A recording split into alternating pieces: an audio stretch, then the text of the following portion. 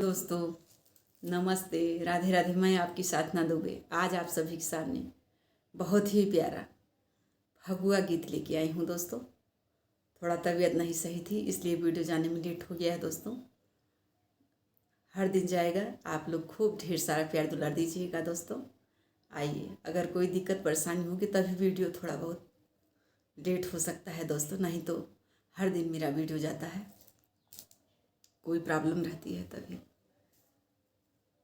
आइए देर न करते हुए फगुआ गीत को आगे बढ़ाती हूँ। आप लोग खूब सुनिए, खूब आनंद लीजिए और अपनी छोटी बहन को खूब प्यार दुलार आशीर्वाद खूब ढेर सारा दीजिएगा। दोस्तों आप लोगों के बिना मैं कुछ भी नहीं हूँ। आप लोगों से विनम्र निवेदन है मेरा कि अपनी छोटी सिस्टर का ज़रूर ध्यान दें।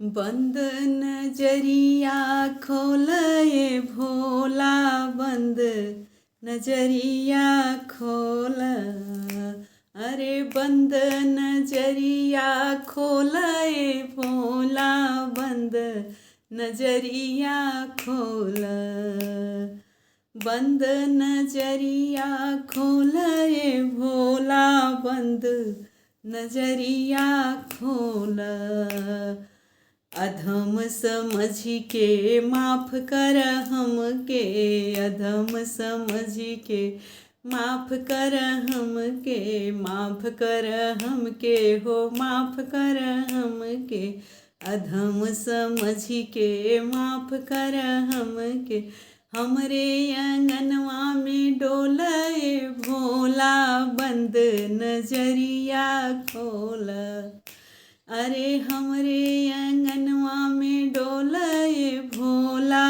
बंद नजरिया खोला, बंद नजरिया खोले भोला, बंद नजरिया खोला,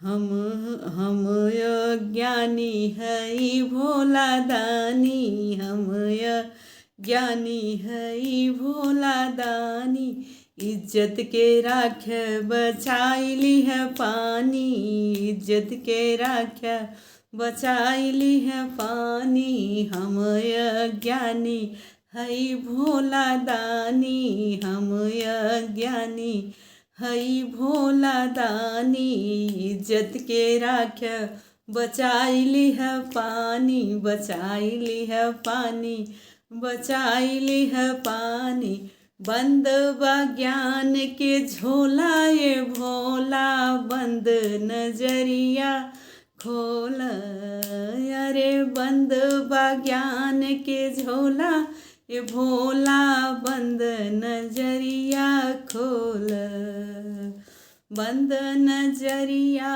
खोला ये भोला, बंद नजरिया खोला, अरे बंद नजरिया खोला ये भोला, बंद नजरिया खोला, देव यो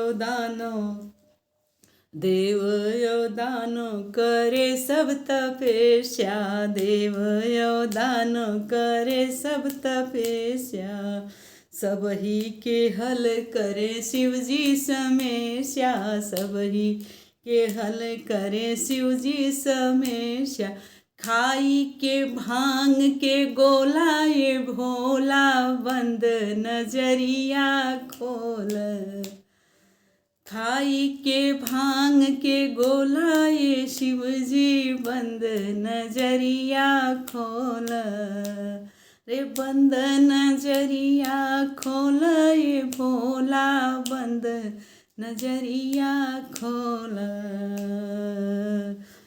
शिव जी के पूजे साधना दुबे, शिव जी के पूजे साधना दुबे, साधना दुबे हो साधना दुबे, शिव जी के पूजे साधना दुबे, करली रोज भजनिया ये भोला, बंद नजरिया खोला, अरे करली रोज भजनिया ये भोला, बंद नजरिया खोला, अरे बंद नजरिया खोल ये भोला, बंद नजरिया खोल।